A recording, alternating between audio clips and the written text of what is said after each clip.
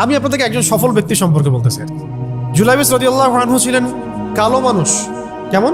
একটু কালো, যে খুব উচ্চ বংশের না, ঠিক আছে, খুব উচ্চ বংশের না, খুব সুদর্শন না, খুব লম্বা না, খাটো টাইপের মানুষ, একটু বেটে টাইপের মানুষ। টাকা পয়সা একদমই নাই, একদমই টাকা পয়সা নাই, বংশমর্যাদা এইসব দিক থেকে তাকে আন্ডার স্টিমেট করা হয় আর কি। এমনকি ফিজিক্যাল স্ট্রাকচারও তারা আমাদের অনেকের মধ্যে সুদর্শন।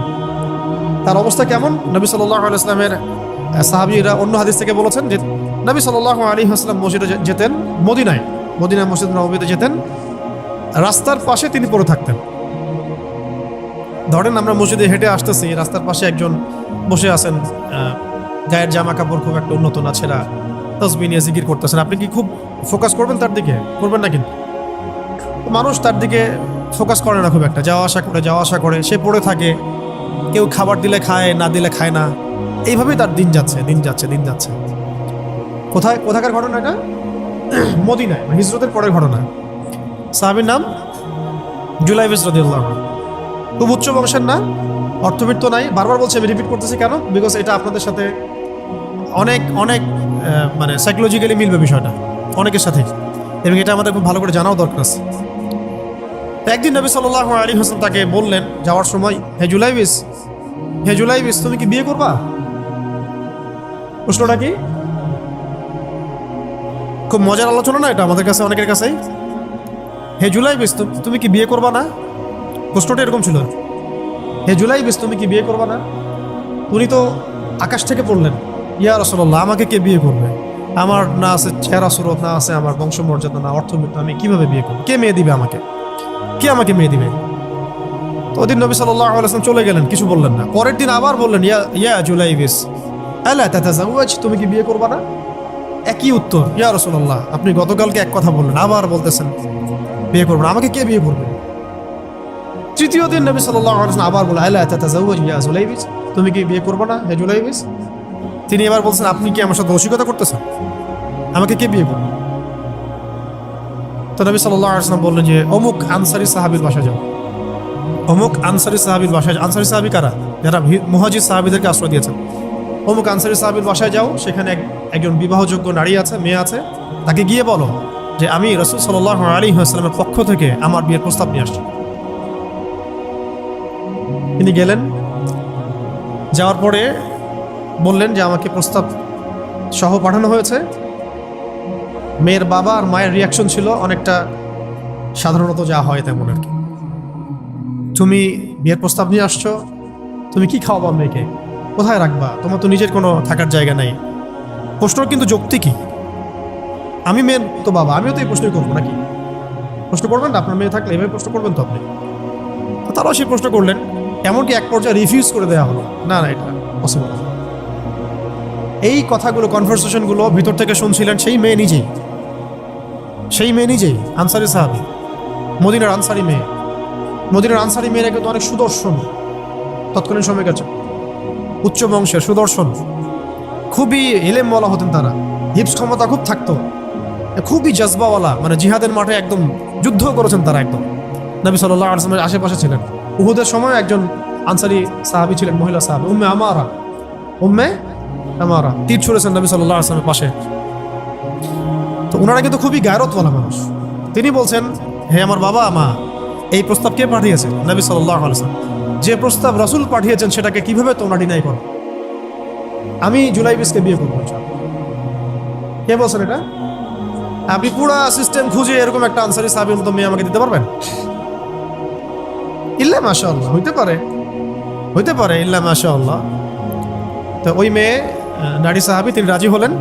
এবার শোনেন, এবার বিয়েও হলো, মাশাআল্লাহ, বাসর হলো, এবং সকালবেলা আওয়াজ হচ্ছে, মদিনার চারপাশে এলান হচ্ছে যে হে মুসলিমরা, সবাই বের হও, ইহুদিদের সাথে যুদ্ধে আমাদেরকে খায়বারে যেতে হবে। ইহুদিদের সাথে যুদ্ধে আমাদেরকে খায়বার আক্রমণ করতে হবে। নবী সাল্লাল্লাহু আলাইহি ওয়াসাল্লাম তোমাদেরকে আদেশ করেছেন।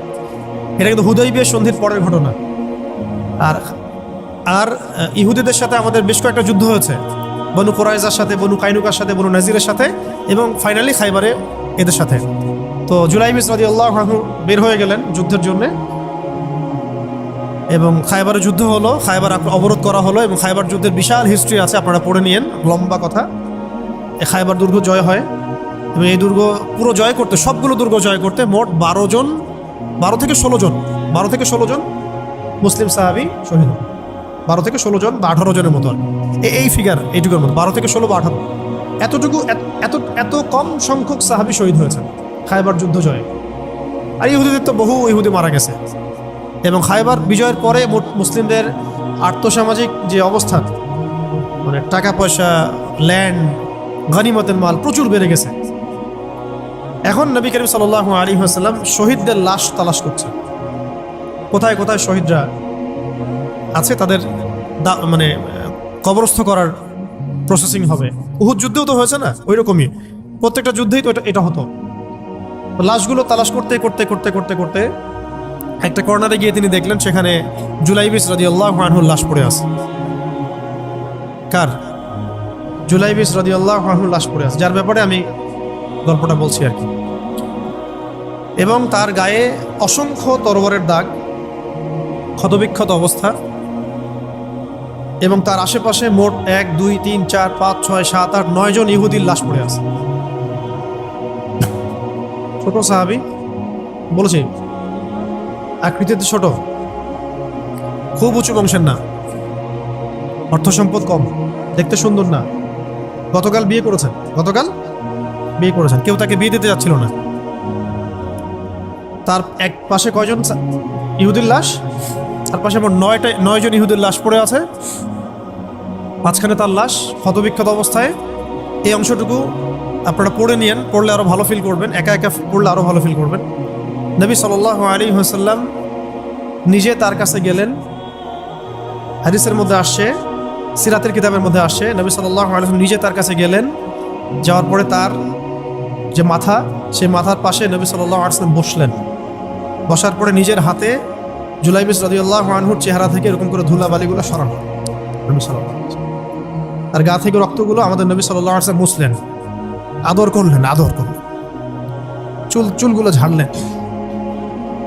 দৃশ্যটা চিন্তা করেন, তার চুলগুলো তিনি ঝাড়তেছেন, চেহারা থেকে রক্তগুলো মুছতেছেন। কে? নবী সাল্লাল্লাহু আলাইহি ওয়াসাল্লাম তার চেহারা ধুলাবালিগুলো মুছতেছেন। নিজের এই পায়ের মধ্যে, উরুর মধ্যে তার মাথাটাকে নিয়ে এসে রাখলেন নবী সাল্লাল্লাহু আলাইহি ওয়াসাল্লাম। রাখার পর এইভাবে আদর করতেছেন। আর এরপর উপরের দিকে তাকালেন, তার জন্য তো দোয়া করলেন, উপরের দিকে তাকালেন, তাকে চোখ নামায় নিলেন। সাহাবা কেরাম তো আশেপাশে আছেন অনেকেই, বললেন যে ইয়া রাসূলুল্লাহ, আপনি এমনটা কেন করলেন, চোখ নামায় নিলেন কেন? তখন তিনি বললেন যে আমি দেখলাম যে জান্নাতের হুরদের মধ্যে অসংখ্য হুর ছুটে আসতেছে, কে জুলাইবিসকে আগে বরণ করবে তার জন্য। তিনি নিজে কাঁদলেন, জুলাইবিসের জন্য নিজে কাঁদলেন, নিজের হাতে তাকে এইভাবে উঠালেন। তিনি ছোট মানুষ ছিলেন। এরপর 2 হাত দিয়ে তাকে উঠায় নিজের হাতে তাকে দাফন করলেন। দাফন করার পর তিনি বললেন, ইয়া জুলাইবিস, হে জুলাইবিস, আনতা মিন্নি ওয়া আনা মিনক, তুমি আমার অংশ, আমি তোমার। হে জুলাইবিস, তুমি আমার, আমি তোমার।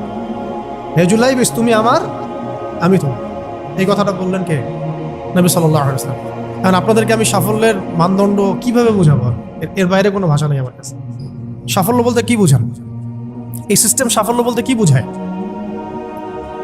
এই ওয়ার্ল্ড অর্ডারটা সাফল্য বলতে কি বোঝায়? এই বস্তুবাদী জগৎটা আমাদেরকে সাফল্য বলতে আসলে কি বোঝায়? সাফল্য বলতে বোঝাচ্ছে ইমান।